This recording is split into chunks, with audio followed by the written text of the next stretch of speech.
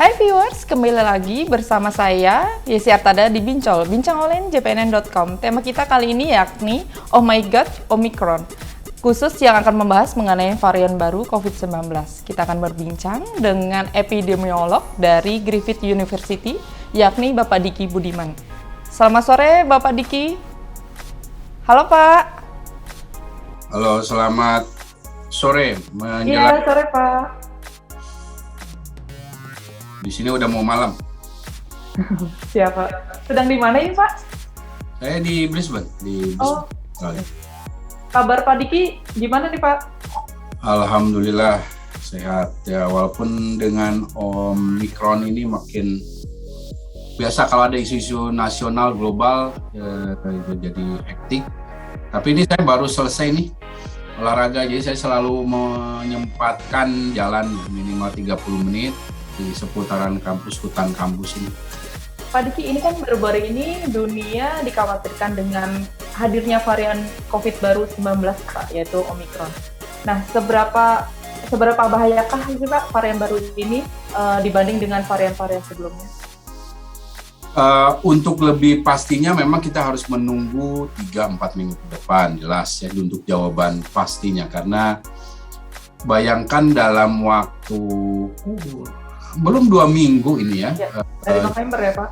Ya, dari itu pun menjelang akhir November. Ini situasi begitu cepat untuk Omicron ini. Dia pertama ditemukan langsung 26 itu langsung WHO menyatakan sebagai varian of concern dalam waktu kurang dari 3 hari. Karena apa? Dalam waktu hanya 3 minggu kurang, dia sudah memperlihatkan tanda-tanda yang mengkhawatirkan. Apa itu? Adalah kecepatan dia dalam menyebar ya, dalam menularkan atau menular dan juga menginfeksi manusia. Ini bisa dia capai dalam waktu 3 minggu menyamai Delta yang memerlukan waktu 3 bulan. Di sekitar ya kalau dilihat begitu kan 3 minggu 3 bulan ini ya berapa puluh kali lipatnya kecepatannya ya, dalam artian kecepatan. Walaupun itu tidak serta-merta mengartikan bahwa ini jauh lebih cepatnya berapa kali lipatnya ya. Namun setidaknya itu sudah memberi tanda bahwa ini sangat berbahaya, karena dibandingkan bahaya misalnya ini jadi lebih parah, orang meninggal lebih cepat. Ya walaupun sebetulnya itu juga jangan, tapi dibandingkan itu semakin cepat menular itu lebih berbahaya. Karena apa? Karena berarti akan semakin banyak orang terinfeksi. Semakin banyak orang terinfeksi, maka beban di fasilitas kesehatan akan makin besar. Termasuk jumlah orang yang perlu ICU dan orang meninggal akan meningkat. Ya, karena proporsinya kan ini eksponensial kalau bicara COVID ini. Ini akan meningkatkan orang yang sakitnya itu, sakit parahnya itu, proporsinya meningkat. Jadi secara sederhananya gini, 1%-nya dari 100 itu akan lebih kecil daripada 1%-nya dari 100.000, kan gitu. Makanya apalagi Indonesia negara dengan penduduk yang besar, 1%-nya kita dengan 1%-nya Singapura ya kecilan Singapura, dan kita sangat signifikan. Ini yang membuat dunia, terutama WHO, akhirnya menempatkan sebagai varian of concern. Tadi kan dokter bilang sedang di Brisbane ya dok. Kalau Omicron sendiri di sana seperti apa Pak dok? Sekarang sudah 7 kasus di Australia ya, di Australia. Tapi di Queensland, negara bagian ini, alhamdulillah belum ya. Tapi bukan tidak mungkin. Ya ini tinggal waktu aja. Karena di sini ya ditutup, saya itu udah 2 lebaran nggak pulang karena nggak bisa keluar, nggak bisa masuk. Ini ditutup gitu. Nah jadi artinya dengan pengetatan ya tetap bisa, tapi hanya menunda waktu. Jadi nggak ada yang bisa mengklaim aman ya, semaju apapun negara itu, dan di sini pun ya terbukti. Tapi respon itu kurang lebih ya sama ya, di masa karantina 14 hari sekarang. Berpergian harus bervaksinasi, terutama yang pesawat ya. Dan juga pengetatan lagi di masalah 5M. Ya sama di sini. Kalau untuk Omicron ini ada tanda-tanda atau gejala kemungkinan yang dialami orang terpapar varian Omicron nggak, Dok?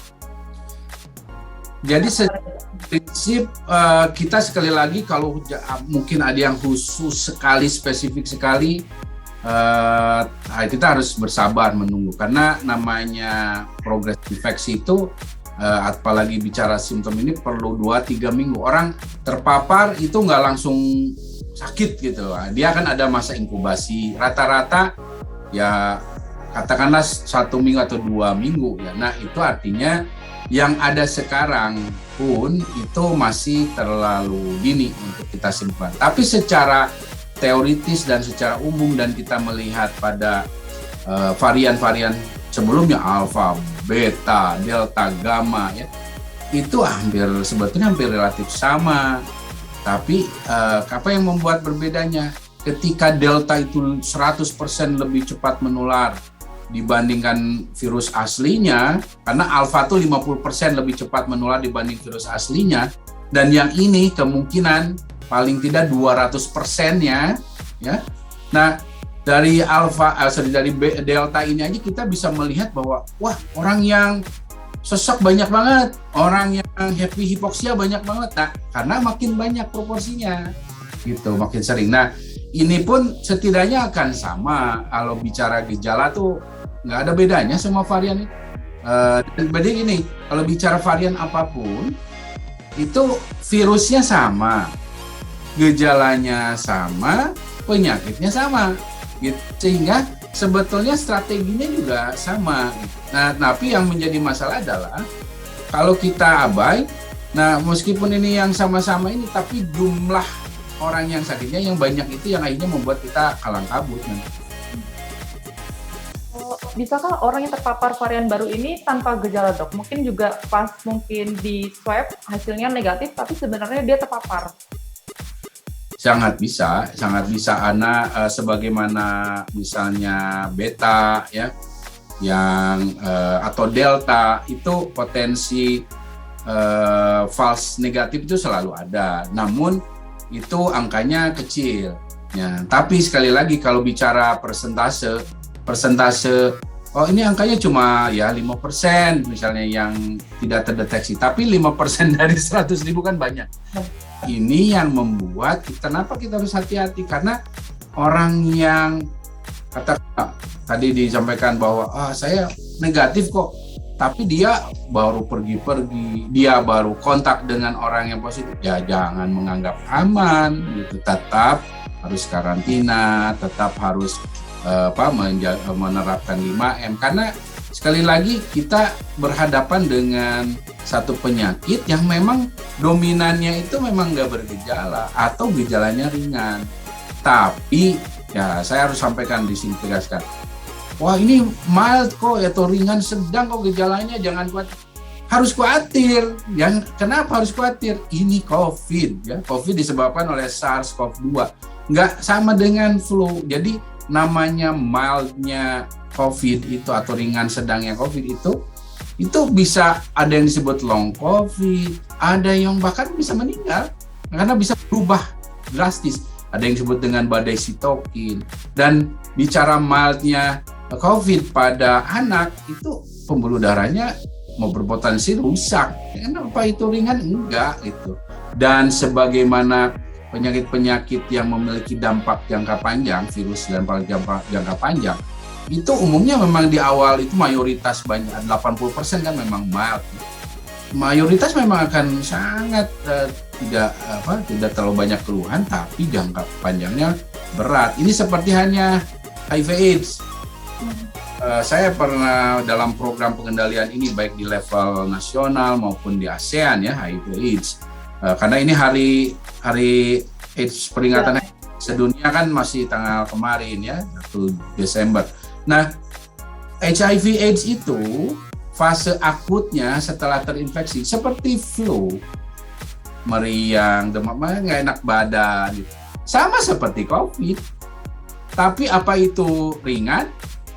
Siapa yang bisa jawab itu, menganggap itu ringan? Enggak, sama dengan COVID gitu. Jadi Ini pun saya sampaikan di beberapa kesempatan di level diskusi internasional, mengingatkan semua, Bu, ini pemahaman yang salah kalau disebut mahal, ya itu karena orang awam. Nah, kita dalam kesempatan ini saya memberi literasi, artinya prinsipnya mencegah lebih baik daripada terinfeksi. Kalau sampai saat ini dok, sudah berapa jenis varian COVID-19 sih dok yang sudah masuk di Indonesia? Ya sebetulnya kalau bicara varian tuh secara total kan ada 13 di dunia ya. Kalau di Indonesia sendiri yang terdeteksi, yang bisa dideteksi itu ya yang banyak di varian of concern ya, walaupun tidak semuanya. Namun ini bukanlah petanda atau menjadikan kita aman, enggak, karena sekali lagi ini juga ditentukan dengan kemampuan surveillance, dalam hal ini surveillance genomik namanya. Surveillance genomik kita walaupun sekarang sudah mulai bagus ya, meningkat jadi 0,6%, ya, 0,6% data dari Worldmeter per 100 kasus terkonfirmasi. Tapi itu ya belum lah disebut memadai, karena setidaknya harusnya ya di 2 atau 5% lah untuk kita. Nah, itu pun baru dicapaikan yang 0,6 ini di 1 bulan terakhir ini, di ujung bulan November kemarin. Nah, sebelumnya itu selalu di kisaran 0,2%. Artinya kita ibaratnya punya jaringnya tuh untuk mendeteksi varian kecil banget, lebih kecil daripada jaring mendeteksi si virusnya. Virus yang mendeteksi virusnya aja udah kecil, ini lebih kecil lagi. Jadi ibaratnya ya kolamnya besar, jaringnya kecil, terus dibilang nggak ada ikannya ya. Itu yang tentu klaim itu kurang kuat ya, atau tidak kuat bahkan. Nah, oleh karena itu responnya untuk dalam artian berapa nih varian yang ada ini, ya kita harus tingkatkan sehingga kita bisa tahu menjawab dengan pastinya itu ya dari situ. Karena bisa jadi ada varian yang juga kita belum deteksi di sini. Bahkan saya harus bisa sampaikan juga di sini, kemungkinan Omicron sudah ada di Indonesia ya besar sekali. Cuma belum terdeteksi ya dok ya mungkin. Betul. Jadi ini memang tinggal masalah waktu aja. Jadi jangan kaget kalau ada misalnya, Omicronnya udah masuk, terus juga jangan panik kalau udah masuk nih gimana gitu. Ya, nggak masalah, karena tadi yang saya sampaikan, apapun variannya, strateginya itu sebetulnya kita udah punya. Bahkan kita agak sedikit lebih beruntung dibanding waktu Delta masuk, yaitu kita vaksinasinya sudah dari 60% untuk yang 1 dosis, yang 2 dosis sudah 45%. Nah, ini modal tentu, tapi ya nggak bisa ngandalin vaksin aja. Nah, kalau menurut dokter, sampai saat ini kan varian baru COVID-19 terus bermunculan. Itu penyebabnya apa sih dok? Selama kita membiarkan virus ini leluasa menginfeksi manusia, selama itu pula kita akhirnya membiarkan dia bereplikasi, bermutasi, dan lahir varian-varian. Walaupun hasil mutasi dan varian yang mayoritas itu sebenarnya nggak berbahaya buat manusia, enggak. Bahkan tiap minggu tuh ada varian tuh ada gitu, data dari. Tapi yang pada gilirannya dari jadi replikasi dalam satu kali infeksi pada seorang manusia itu dalam mungkin 2, 3, 4 hari itu bisa miliaran. Ya, replikasinya dan mutasinya itu kan ada namanya mutasi ini kayak cacat kode genetiknya, tapi namanya cacat tuh banyak yang merugikan dia, tapi pada satu waktu dari kan ini seperti kayak diputer gitu, dapat berapa, semakin banyak putarannya dapat bonus gitu kan. Nah itu kan makin besar, apalagi ini putarannya bisa miliaran. Nah ini tentu namanya kita bermain-main dengan api gitu kalau kita abai. Semakin kita misalnya cakupan vaksinasi rendah, masyarakat 5M-nya juga nggak disiplin, pemerintah 3T-nya kurang, kemudian juga ini terjadi di banyak daerah, ya itu namanya mengundang potensi lahirnya varian yang berbahaya. Kita beralih ke vaksinasi nih dok. Apakah kurangnya tingkat vaksinasi turut mempengaruhi juga? Ya, sangat. Nah, karena ketika orang atau dalam satu komunitas cakupan vaksinasinya itu rendah sekali, ya berarti lebih banyak orang yang mudah terinfeksi gitu. Nah, lebih banyak orang mudah terinfeksi, ya lebih mudah juga virus ini bereplikasi di dalam tubuhnya. Apalagi kalau ini sekali lagi karena ini bulan Desember, kalau bicara Afrika itu banyak sekali penderita HIV/AIDS. Dan dalam kaitan pandemi ini banyak penderita HIV/AIDS ini yang akses terhadap antiretroviralnya jadi berkurang atau bahkan jangan-jangan terhentikan.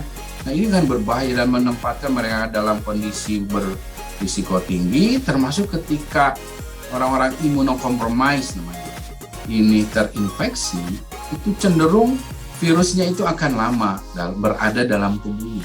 Semakin lama dalam tubuh seseorang manusia yang umumnya orang imunokompromis, maka ya kita tahu kan berarti semakin banyak dia melakukan replikasi. Nah, ini artinya begitu penting kesetaraan vaksinasi, dan Omikron ini mengangkat isu ketidakadilan vaksin.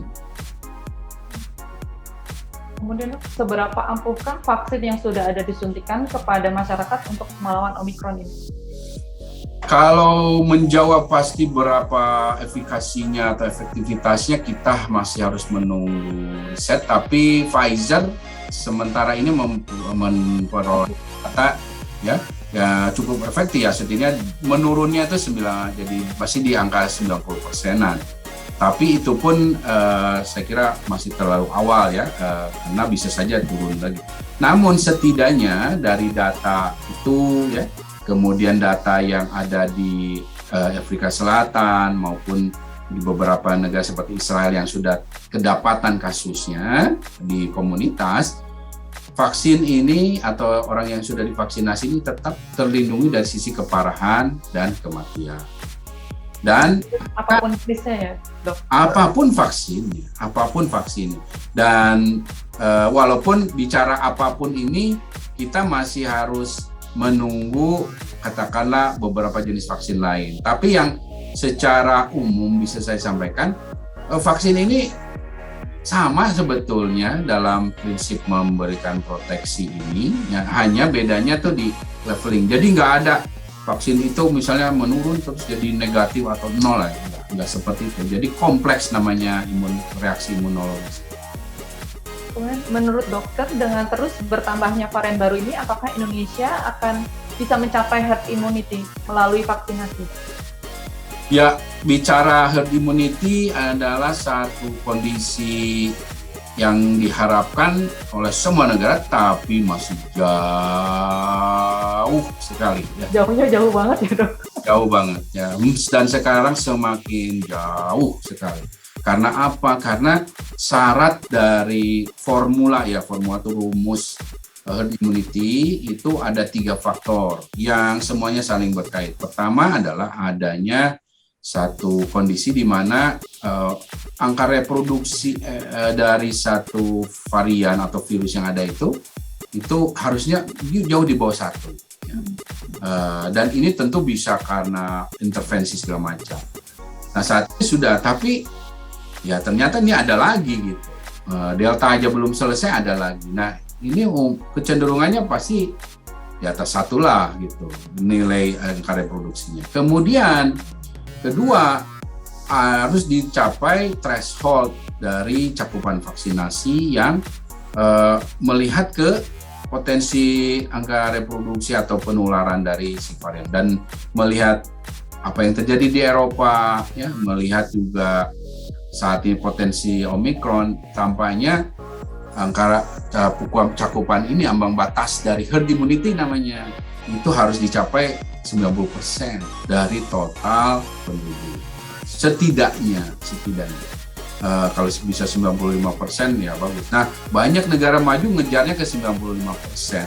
Itu syarat kedua yang disebut dengan ambang batas. Jadi jangan dianggap wah kita udah 80% sudah tercapai herd immunity. Enggak, itu namanya ambang batas. Ambang batas. Nah, sekarang ada syarat ketiga atau terakhir ini yang paling menentukan apa? Adanya vaksin yang bisa mencegah penularan. Nah, ini nggak ada. Nggak ada. Belum ada vaksin yang bisa mencegah penularan. Adanya yang mengurangi.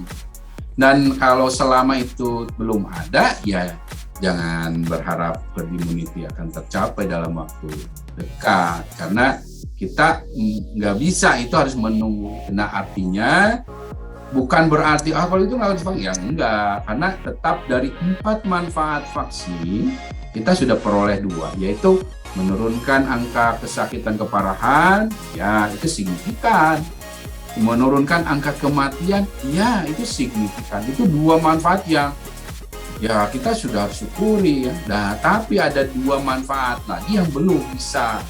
Semua jenis vaksin, nggak ada kecuali, yaitu bahwa di vaksin ini masih belum bisa melindungi orang nggak terinfeksi. Tetap harus bisa terinfeksi meskipun sudah divaksin 2 kali. Walaupun jadi lebih kecil persentasenya atau risikonya. Kedua, nah ini belum ada vaksin yang signifikan bisa mencegah penularan. Jadi 2 ini yang akhirnya ya berkontribusi pada makin jauhnya itu atau masih jauhnya herd immunity. Dok, kemudian ini yang buat saya penasaran juga, Dok. Kalau seandainya varian baru COVID-19 terus bermunculan, nah apakah yang sudah menerima vaksin sampai 2 kali harus divaksin lagi atau seperti apa, Dok? Saat ini dalam kaitan Omikron, iya, setidaknya setelah 7 bulan paling cepat ya untuk populasi umum. Kemudian kalau untuk elderly lansia apalagi itu ya 4 bulanan. Sekarang negara-negara maju sudah mengarah ke situ. Karena data dari Israel ini menunjukkan bahwa ya ini akan sangat memiliki proteksi tambah. Nah, kalau gitu bagaimana kita harus semuanya sih? Enggak begitu juga ya. Karena apa? Karena bicara booster ini tentu karena keterbatasannya di kita masuk gini aja kita udah beruntung ya, kita harus syukuri sudah 2 dosis lagi. Nah, kalau yang mau 3 ini apalagi populasi umum harus sabar menunggu karena dengan keterbatasan ini kita harus memprioritaskan melindungi yang tadi lansia itu karena mereka yang berkontribusi paling besar untuk kematian kesakitan. Jadi dengan keterbatasan ini ya udahlah kita lindungi mereka. Nah, yang kita bisa lakukan sembari menunggu booster itu adalah ya 5M. 5M itu dengan PPKM, dengan menghindari segala macam potensi. Kemudian, Dok, apa yang harus dilakukan pemerintah pusat dan daerah sebagai ujung tombak dalam pengendalian COVID-19? Pertama, untuk pusat dulu ya. Ini kalau kita bicara Omikron dulu ya, ada varian, semua varian, potensi varian baru, ya harus dideteksi cepat. Karena begini, misalnya, wah ini akhir November sudah terdeteksi atau katakanlah seminggu terakhir dari November. Nah, karena kita jadikan patokan itu, pemerintah dan bahkan pemerintah daerah yang punya akses penerbangan internasional, apalagi itu ada hub ya atau hubungan ke Afrika ya, atau karena yang Afrika itu umumnya dari Doha, dari Hong Kong. Nah, itu setidaknya 3 minggu ke belakang ditelusuri yang pelaku perjalanan dari yang wilayah yang baik langsung maupun tidak langsung itu dicari tahu mana ada yang tadinya positif nggak. Kalau yang PCR positif sudah di whole genome sequencing belum? Kalau belum lakukan. Kemudian ada nggak yang bergejala? Periksa, terus lakukan.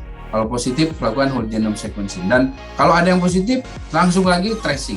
Nah, ini setidaknya dilakukan 2 atau sampai 5% dari total itu. Misalnya 3 minggu terakhir ini ada 10.000. Nah, udah 5%-nya kalau bisa ya dilakukan seperti itu.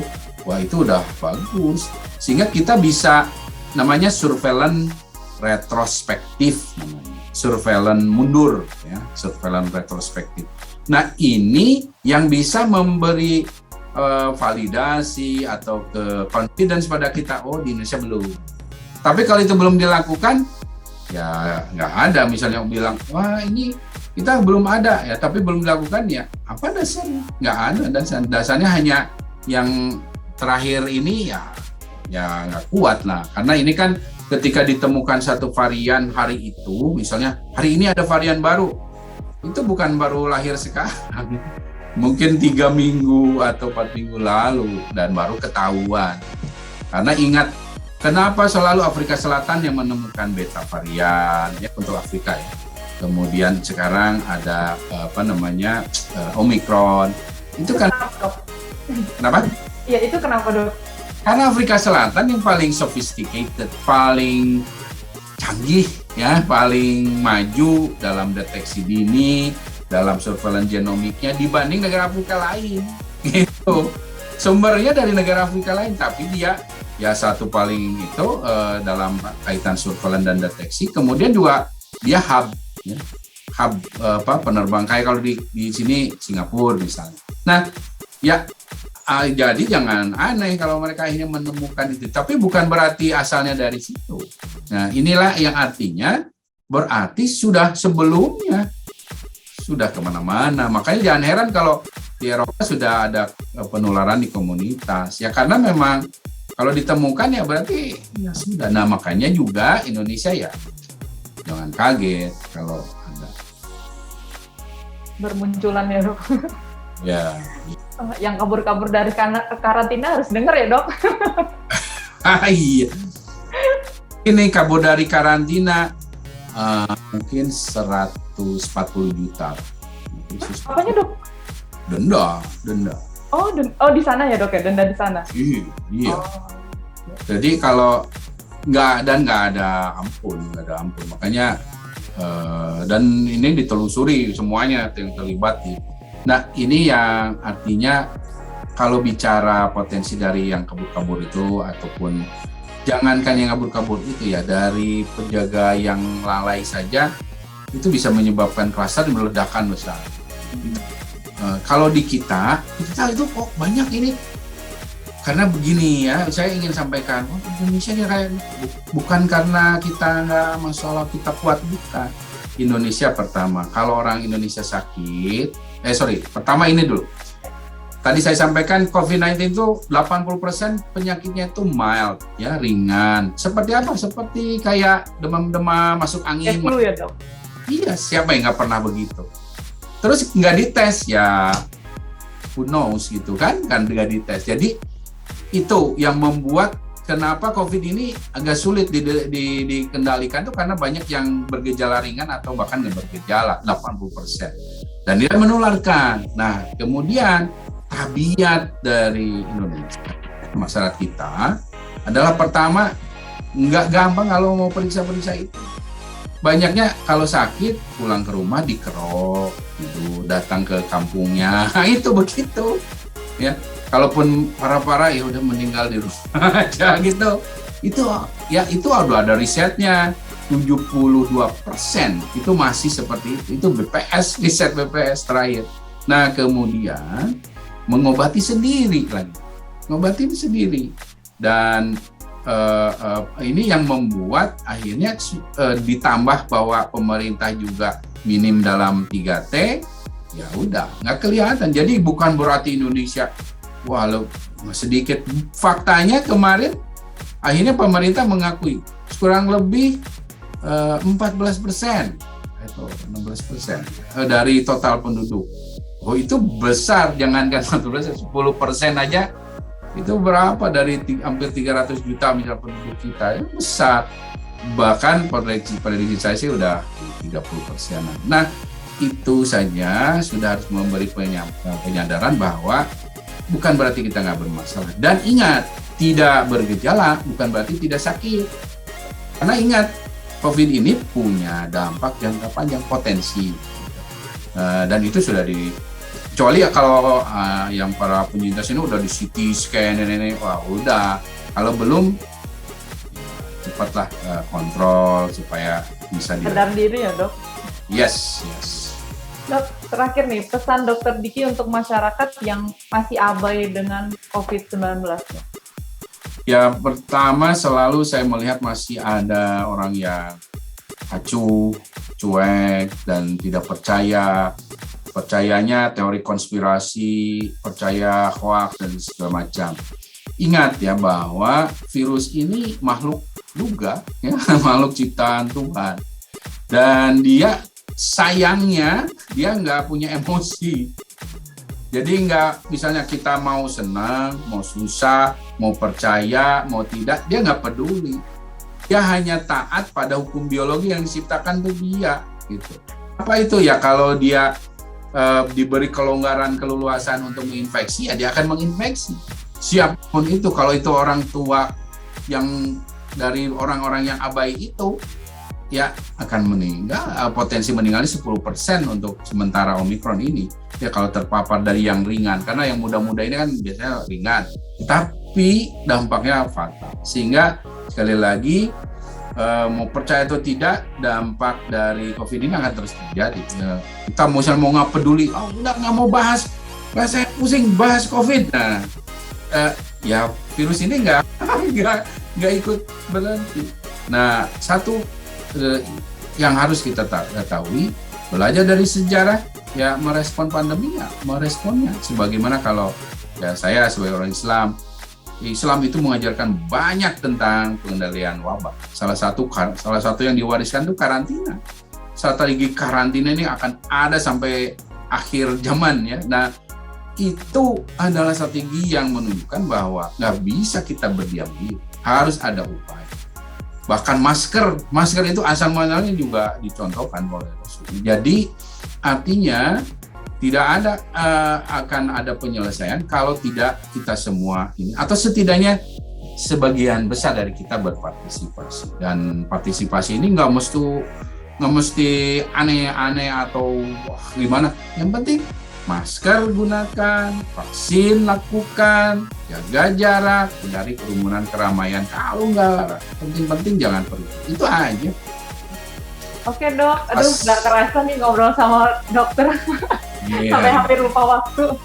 Dok, terima kasih atas waktunya ya dok ya. Sama-sama. Sudah mengganggu nih dok. Sehat-sehat terus ya dok. Sama-sama. Assalamualaikum. Waalaikumsalam warahmatullahi wabarakatuh.